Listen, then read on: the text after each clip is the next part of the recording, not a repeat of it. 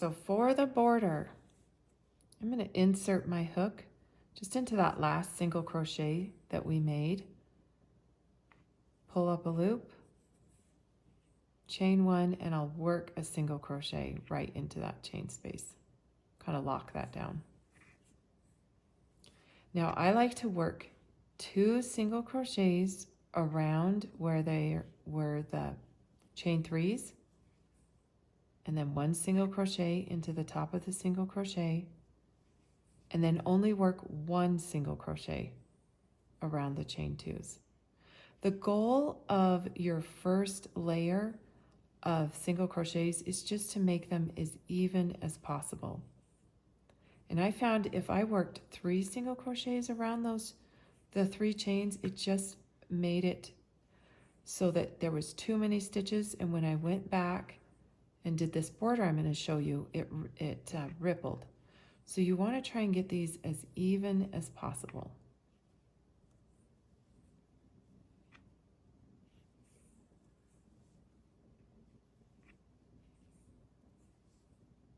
So I guess, and so it's just a suggestion of the 2 single crochets per 3 chains. If you are finding that it feels too crowded, you know, maybe go down. If it's pulling, maybe add an extra one.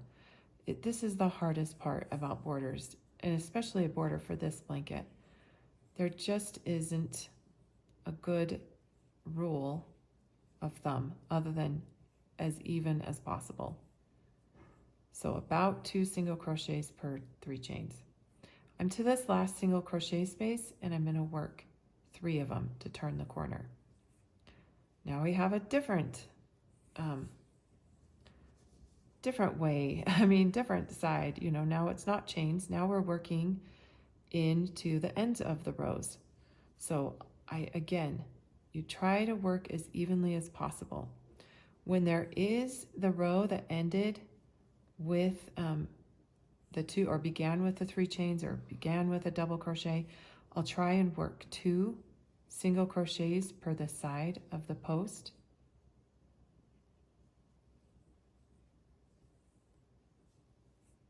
I'll work 2, and then if it's just a single crochet, I'll just work 1. So it looks like for these, I'm just going to work 3. Again, even is the key.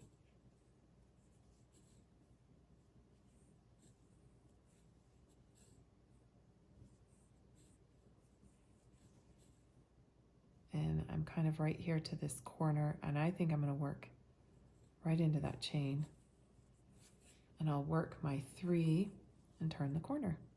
But you know what else I like to do too is I like to check afterwards, make sure it isn't pulling too tight. Did I do it okay?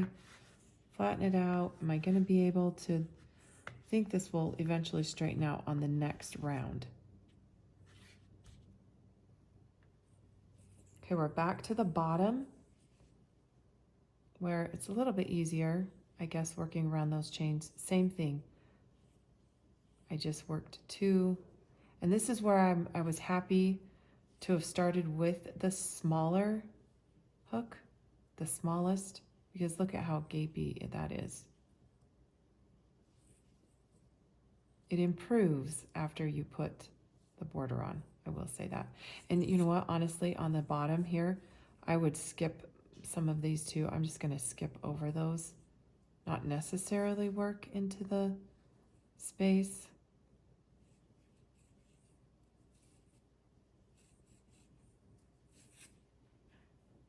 Just try and keep it even. Okay, I think you've got a good idea. Keep finishing up, and we'll meet here, and we'll just keep going around. Okay, I have it trimmed out as evenly as possible. I'm back to this starting space, and I'm going to work 2 in there, and that kind of makes up the 3. Now we're going to just get started right away on the next round. We don't have to turn or anything. You're going to slip stitch to that first single crochet, just like that, and chain 10.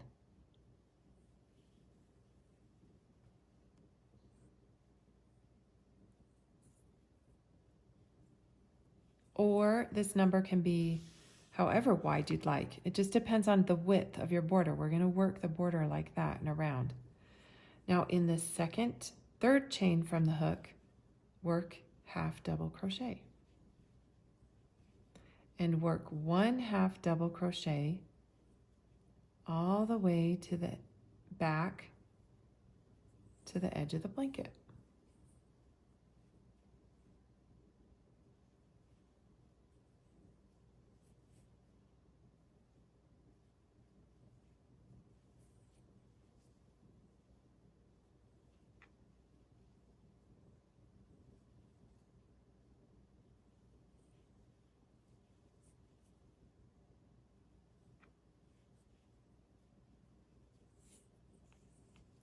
Now, in the next space, single crochet and into the, not single crochet, slip stitch and slip stitch into the next one, just like that. Now turn the work towards you, I guess, is the best way. And now is when we're going to work underneath this bottom loop that the half double crochet make. It's the front bottom loop. So just to make sure, you've got your 2 V's that are on the top and the 2 V's that face you. I'm going up and underneath the bottom one and just working regular half double crochet.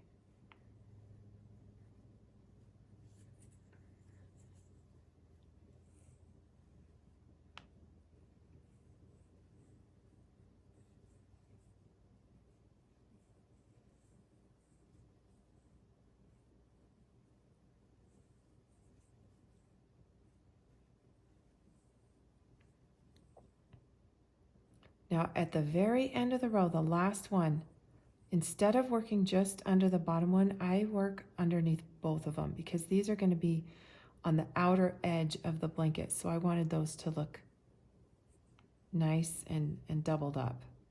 Chain 2.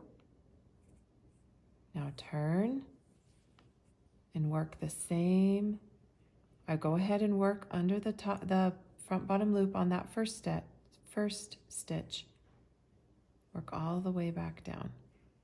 Now it's good to know and keep an eye on the number that you're doing because sometimes that stitch can get buried at the bottom. I'll show you, and it's easy to skip over. So make sure you're always working 8. And the first 7 generally are easy to see. It's number 8 that is tricky. So we have 1, 2, 3, 4, 5, 6, 7. And number 8 down here doesn't look like a normal stitch, but go ahead, find that loop right there. Don't forget that one. Now, slip stitch into the next stitch and the next. Now continue doing this all the way down to the corner, and I'll show you how to round that corner. So I've worked my way all the way up to the first corner.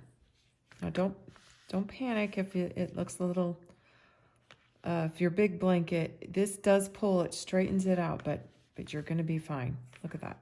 Look how good that looks. So I'm right here to the first corner. So these are the 3 that make up the corner. So instead of slip stitching over twice, I'm just gonna do once. Then I'll work my way up, and on the return I'll still just slip stitch over once to the middle one, the middle of the 3 that we made, and then I'll go back up, and then when I return down to that middle stitch, I will just slip stitch into that same place again so that you'll get your stitch to work around the corner. So here we go, we're heading down.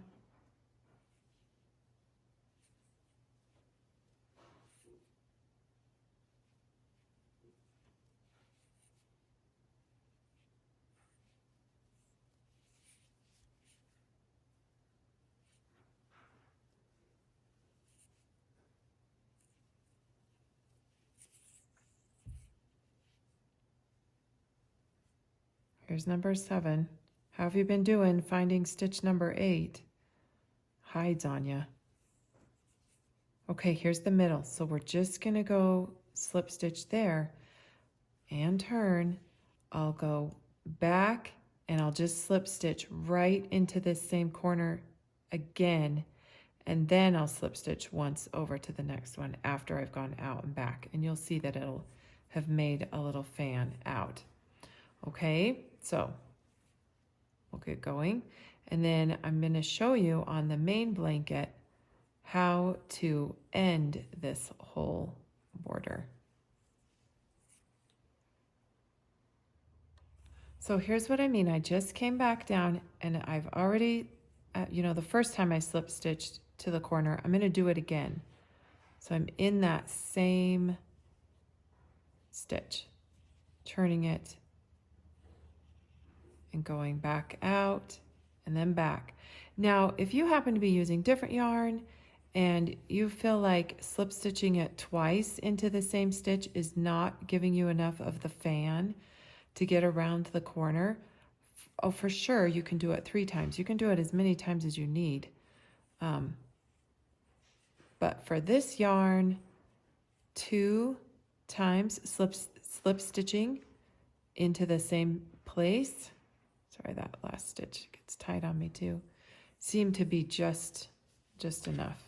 So you can see how it's going to come down, and I'm going to slip stitch. It should be about underneath here. So I'll just go once there. I won't slip stitch over yet.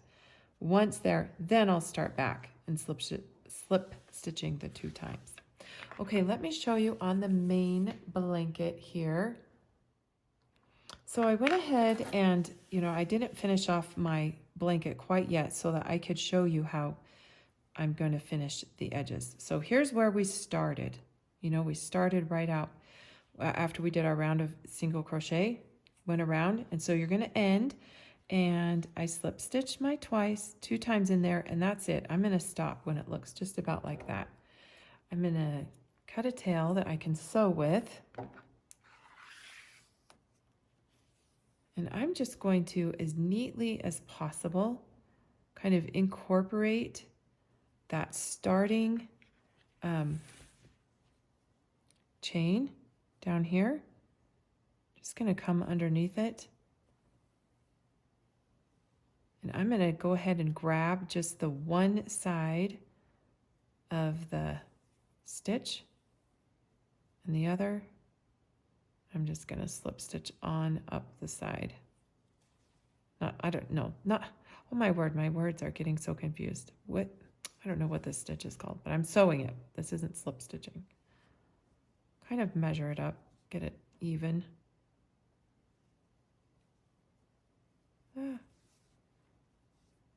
Just like sewing.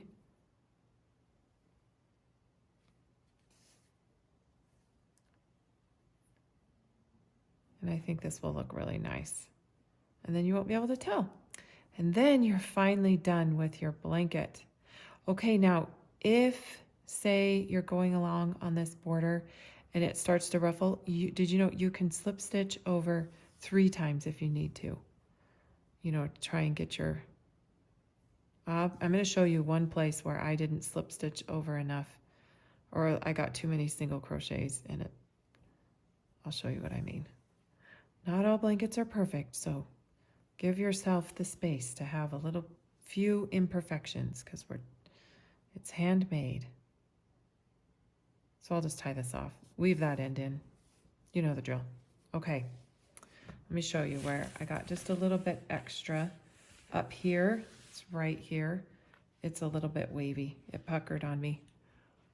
But, so to avoid that, I should have slip stitched over 3 times. But anyway, it all works out in the end. So this blanket is really forgiving, I think, because of all the extra holes. So once you block it, a lot of the stitches settle and get straightened out, and they look really good. So I loved doing this border, and I did really like working with this Red Heart Soft Baby Steps.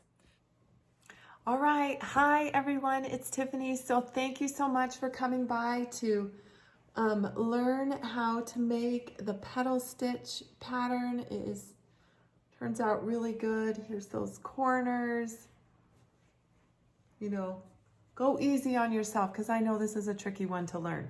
Anyway, thank you so much. I just wanted to thank everybody for coming by our YouTube channel, and I wanted to tell you that if you do need help with any pattern that's Daisy Farm Crafts, we have made a group called the Daisy Farm Crafter Group on Facebook, and it's grown to 20,000 people, and they are all making Daisy Farm Craft patterns.